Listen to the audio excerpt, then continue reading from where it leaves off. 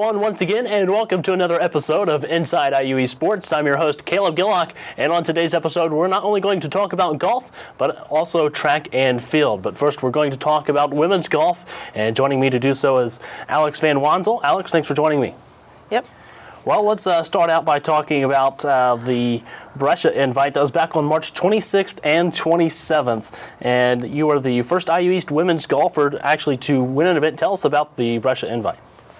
Well, we went there for a practice round the Wednesday before, and it was a really nice day, really good conditions, and we thought it was going to be a good tournament. But come the first day, it was raining, and then the second day was snowing. So it was just an all-around tough tournament, but it ended up well for me. So between the rain and the snow, you couldn't really get a feel for how good of a course it was, correct? Correct. So how were you able to play through those conditions? Because if I remember right, you told me earlier you hadn't had a practice before that point.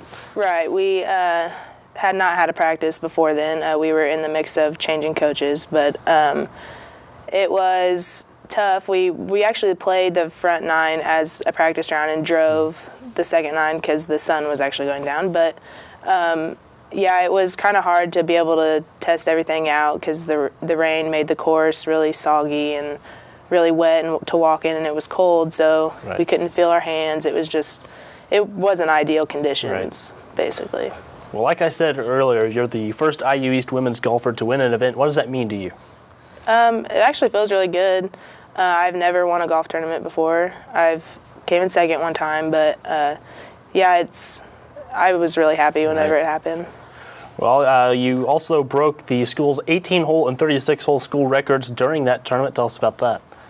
I believe I was the one that held the 18-hole record from this fall semester. So for me to be able to beat my own record by 14 strokes, it was nice. But yeah, 78 is the lowest I've ever gone in a tournament, so I'm hoping to possibly break that again.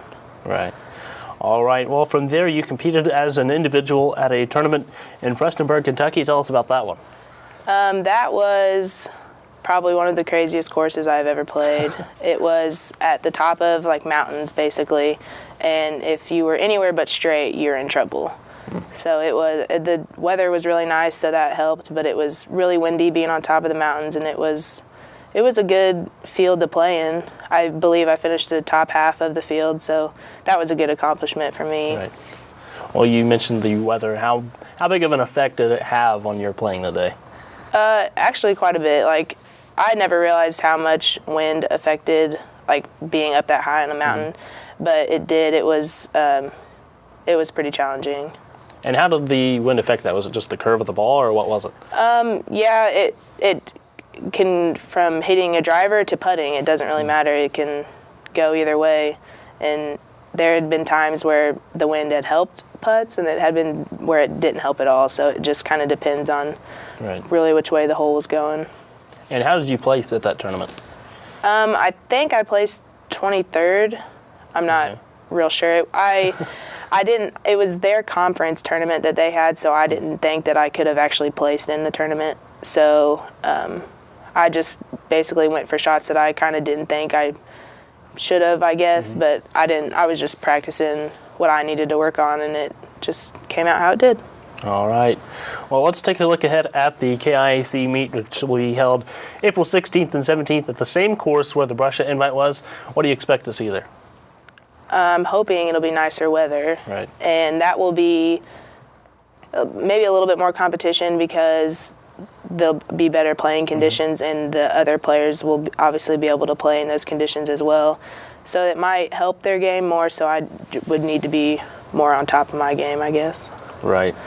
Well, have you been up against any of the players from the conference schools in the past? Yeah, at the Brescia Invitational that we had. Okay. I'm pretty sure all of the teams except for one was there. That was in our conference. So what do you think the competition will be like at the conference meet after seeing some of them at the Brescia invite? I think they'll be targeting me more, I guess. More eyes will be on me, I think, just because I won it last time, and I feel like it'll be more pressure to win again. But I think that some of the girls that I had played with who had tied for runner-up or something last conference, they will be coming at me hard. Right. Well, what do you expect the rest of the season to be like that? Of course, it's your senior year as well. And what's your team like this year? We have a close team. It's small, but it's close. I think we had 8 girls in the fall, and now we're down to 4 or 5. And we're all really close. We all work together, and so we spend a lot of time together. It's fun. All right. Well, I do have one last big question for you, and that is, what is the most memorable community service event in which you've taken part of?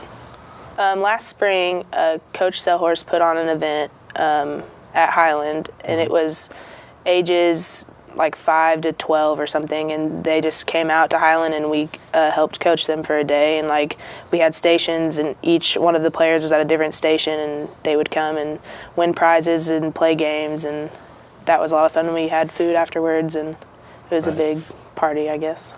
Well, I know from playing basketball in high school, when you have a chance to work with some of the younger kids like that at different camps and stuff like that, sometimes you can make friendships, sometimes other not. Did you make any friendships with any of the little kids at that one? Yeah, there was some, and there was a girl there that I forget which high school she goes to, but they're starting a new team this year. They've never had a women's golf team before, and she asked if they wanted our team to come and help them, play around before their season starts in August. So we get to do something like that through that event that we had. So I think that's really cool. All right. Well, thank you for joining me, and best of luck at the conference tournament and throughout the rest of your golf career. We'll be right back with more Inside IUE Sports. This is where a busy mom can work toward a bachelor's degree from a top national university during softball practice. It's where a service member can continue his college studies from anywhere in the world, and where you'll benefit from one of the country's most effectively delivered online programs. Woohoo! So, if you've ever wondered if a college education is really worth it, this is where you'll see that it is. This is Indiana University East Online.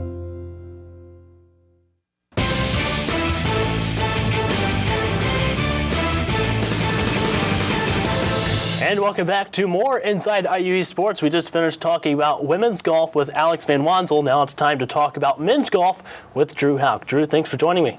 No problem. Thanks for having me. Well, it's been a little while since we've had you on the show, so we've got a little bit of catching up to do since the season's actually started now. Let's start out by talking about the point invite. You finished 6th out of 7 there. Tell us about that one. Yeah, it was a good one to get our feet on the ground. Obviously, we're in the South. We're coming from the northern climate where it's been colder. So to get down there and get to swing the club, get out and play a full round of golf. It was the first time we played outside. That was good, and obviously 6 out of 7. I hope for a little better than that, but it's like I said, it was getting out there, getting the experience, and getting to play in a nicer climate for a little bit. Well, like you said, you hadn't had a chance to be outside of golf yet because that was back at the beginning of March. I know I was down in Branson at the national tournament with the men's basketball team, so we're trying to keep up with you guys while we were down there. But was there any concern about being the first time that you're able to play outside in a little while? I wouldn't say concern. I mean, we knew that, we look at it as an opportunity. It was an opportunity to get out and play before some of the teams up here had an opportunity to get out and play. I know when we came back and played the next tournament, and even the last tournament we played in, some of the teams that were participating hadn't been out yet, and so that was their first official tournament. So for us, it was a little chance to get a head start, and we took advantage of that, and we enjoyed the warm weather. We enjoyed the opportunity to be somewhere new and enjoy a new environment. Now, getting that early head start, does that give you an advantage for the later point of the season?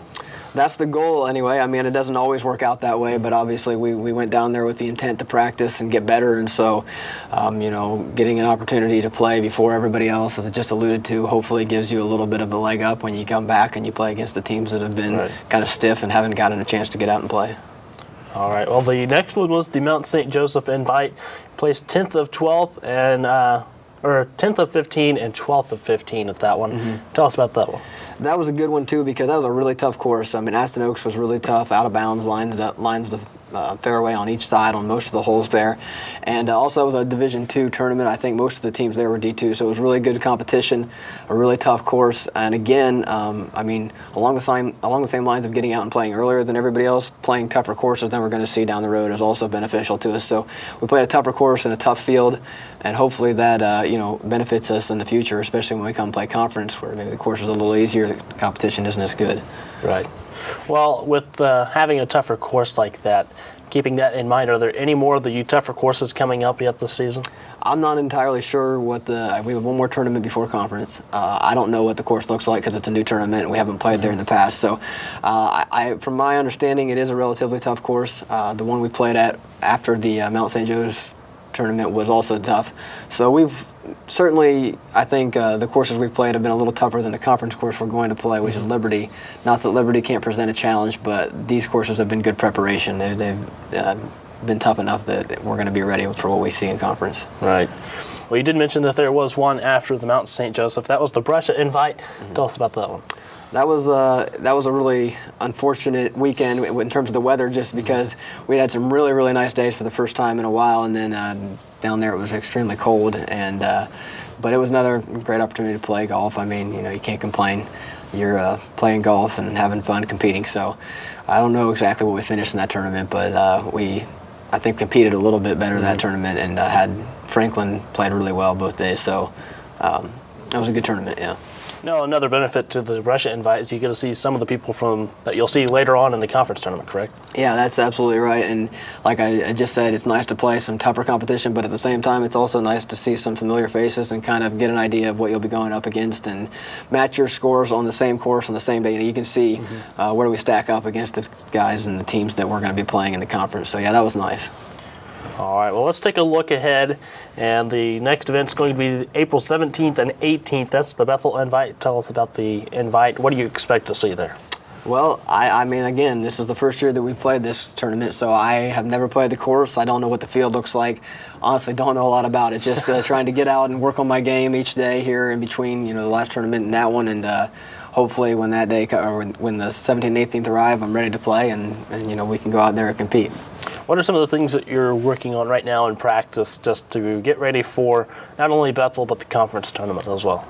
Well, I mean, I could go really specific, but I think that in a broader sense, the things that I'm working on trying to be consistent, because I mean, I can't speak for the entire team, but for myself personally, I've played some really good golf this season, but it's been in short stretches, and I can't, the struggle has been to put the entire round together, and obviously that's what we're going to need when we're playing a 54-hole event, which conference is. So trying to be consistent, trying to repeat the same swing over and over again, trying to be able to do that under pressure, those are the things that I'm trying to emphasize in practice and trying to simulate so that when it comes time for a conference, I'm prepared. Right. All right. Speaking of conference, what do you expect to see there on the 24th and 25th? Well, the nice thing about conference this year, and this is the first time that it's happened in the 4 years I've been here, is that we get to host the conference tournament, so we're going to get to play a course that we're very familiar with. And, you can say what you want to say about that in other sports, the home course, home field advantage, but in golf it's an extremely nice advantage to have because you're familiar with the surroundings, you've played the course, you know the shots you're going to hit, the distances that each shot is going to require. And so having that is going to be extremely nice. And then we've seen the teams we've played against, like you said, in the I can't remember, the Brescia Invite at Santa Claus. So we've seen some of the faces that we're going to play against, and we obviously know the course. So that's kind of what I expect from the conference tournament, is to be prepared. All right. Well, best of luck on that. Before you leave, I do have one last question for you. Sure. And that is, what is the most memorable community service event in which you've taken part of? I think probably the most memorable community service event that I've taken part of is my involvement with the homeless in Indianapolis, because it's not through an organization per se. It's just a personal mission of mine to be able to go to be with them and to develop personal relationships and share my faith with them and do it from a biblical perspective. So that's been, for me, that's the most memorable one.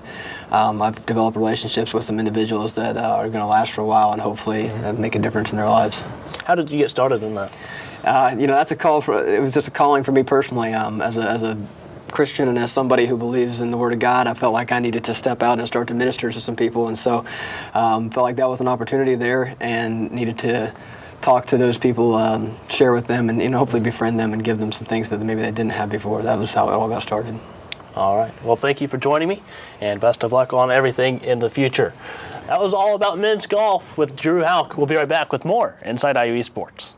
Dylan Newman had a terrible dislocated shoulder after a bad dirt bike accident. The long-term solution, surgery and intense rehab. I trusted Reed Orthopedics because they had already fixed my ankle. And within 4 months of my surgery, Dr. Miller and my Reed therapist, April, helped me to regain my motion and most of my strength. Thanks to Reed Ortho, I can get back to what I love. It's all about trust. Right, Dr. Miller?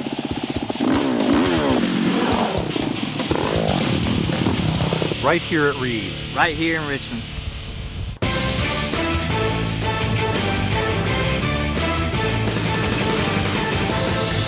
And welcome back to Inside IUE Sports. We just finished talking about golf. Now it's time to talk about track and field.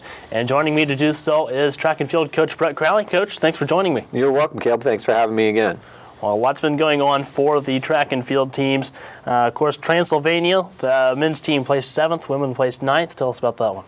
Well, I can't speak and attest to what I saw firsthand. I wasn't there, unfortunately, due to illness. But we got off to a good start in the outdoor season. Obviously, we had an indoor meet previously. It was a good segue into our first meet and our first true road trip. Several individuals did well. Grace Yetton set, at that time, the women's 1,500 record. We had some PRs from Teresa Hilsman and Clint Swanson, and the 400 did very, very well. From that standpoint, Dylan Cope did well. In the 800, Adam Klipstein got off to a good start in the 1,500. Mm-hmm. So for the most part, it was a good lead-in meet and a good way to start our season specifically. All right, moving on, talking about the Hanover. Tell us about that one. Hanover, we've been unfortunately, last 2 years we've gone there, we've encountered some pretty severe weather. This time, thankfully, no rain, but lots of cold weather. When we arrived, it was still in the low 30s, so not real conducive to, PRs or fast times from that standpoint. And yet, still, some of our key contributors were able to jump in and do well. Specifically, Morgan Stanley had an outstanding day in the 800. Still not quite strong in the high jump, but still was able to make a mark and make a good attempt there. From that standpoint, Clint Swanson and Amber Dwyer in the long jump. Clint has led our men's team, quite a bit this particular spring, and continues to excel in the 400. Overall, Hanover was a good meet for us for some of our, upcoming leaders that haven't had, the limelight that some of our other, established, runners and athletes have had. Seth Prince ran in his first 10,000, but didn't do as well. So we're seeing other folks getting into the mix and contributing to our team.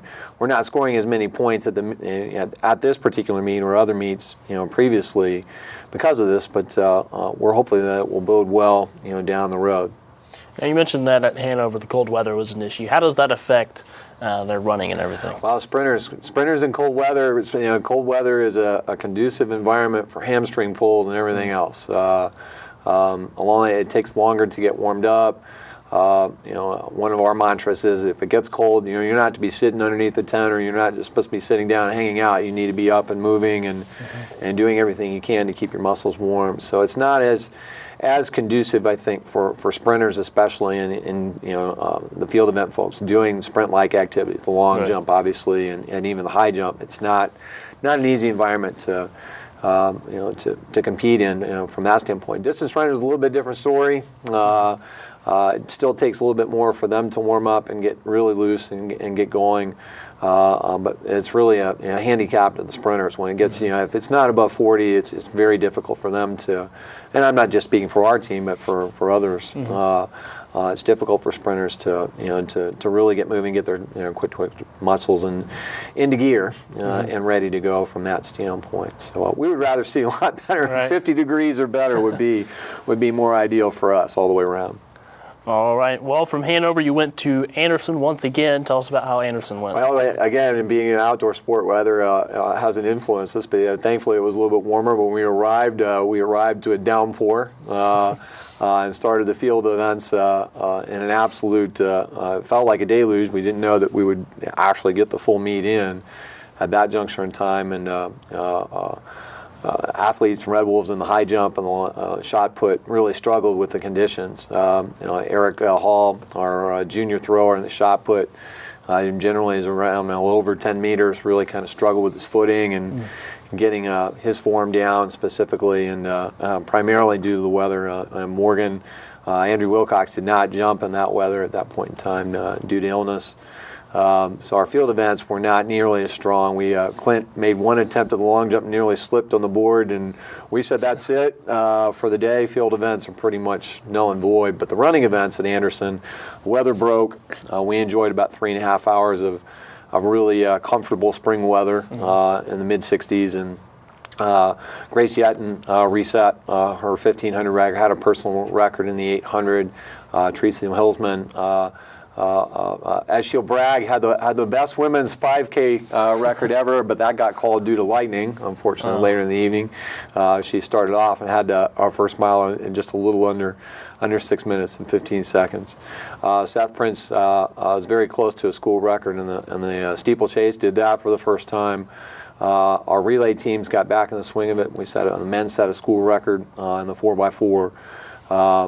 We've had a lot of people who've been in and out in each meet due to injury or illness, and this was the first time where we were almost nearly at full strength. And so Sage Henderson, who's done very well in the 400 and the 800, really contributed in a big way. And Amber Dreyer had our freshman walk-on, or technically sophomore walk-on, I should say, freshman to us, right, from a track standpoint, had an excellent day in the long jump, setting, again, a school record and PR record, and did very well in sprints. So Anderson's always been good at us. Clint, again, has been carrying us quite a bit. As having an outstanding spring. We continued our streak where Clint was able to win the 400, and we've been able to win at least one event at this particular meet for the last 4 years. So we're really pleased about that.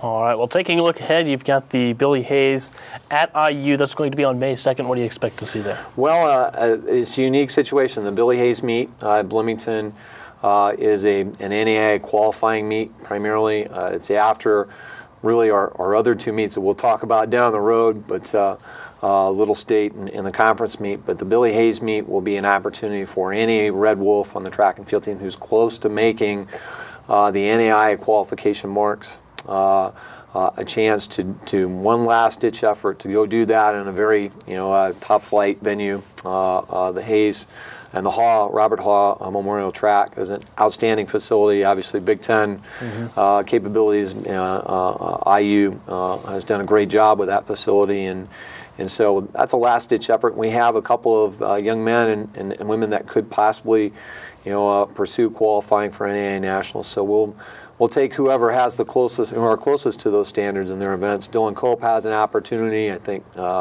Seth Prince has an opportunity to do that along those lines. And if Grace continues to improve, we might see that as an outside option. But the Billy Hayes meet is just that. It's a last-ditch effort to see who we can get to qualify for NAIA Nationals. All right, Coach. Anything else you'd like to add? No, sir. We've enjoyed pretty good, pretty solid spring so far. We've done well. You can say a lot of ifs and buts, and if we were more healthy or we hadn't had a lot of bad weather, things would might be better. But our group has really stayed focused and weathered really not only physically and literally a lot of storms, but we're in good position, and hopefully after our next couple of meets here coming up, we'll be in excellent position to do well at the KIC Conference Championships.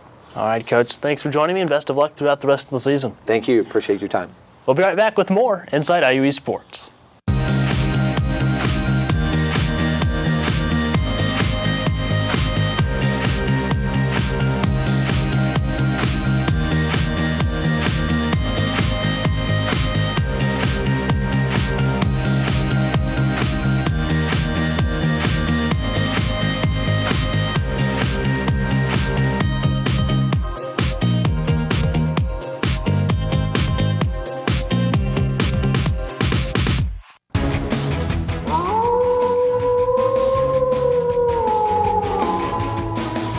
And welcome back to Inside IUE Sports. That sound you just heard means that it is time for Wolf Center.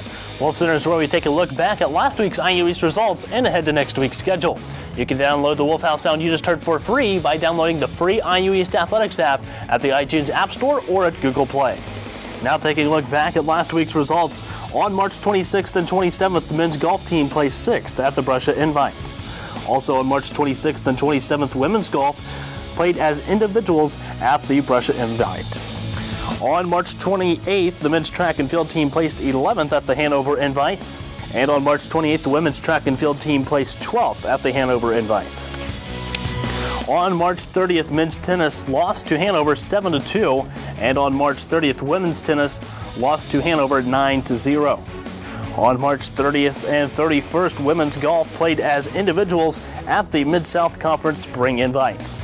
And on April 2nd, men's track and field placed 5th at the Anderson Invite. And on April 2nd, the women's track and field team placed 5th at the Anderson Invitational. Now taking a look ahead at next week's schedule on April 10th and 11th, IU East Track and Field will be at Lee Little State Invitational. Also on April 10th and 11th, women's golf, they will be at the Indiana Wesleyan Invite. And on April 11th, tennis will be at home against Alice Lloyd starting at 11 a.m. On April 14th, men's tennis will be home against IU Southeast.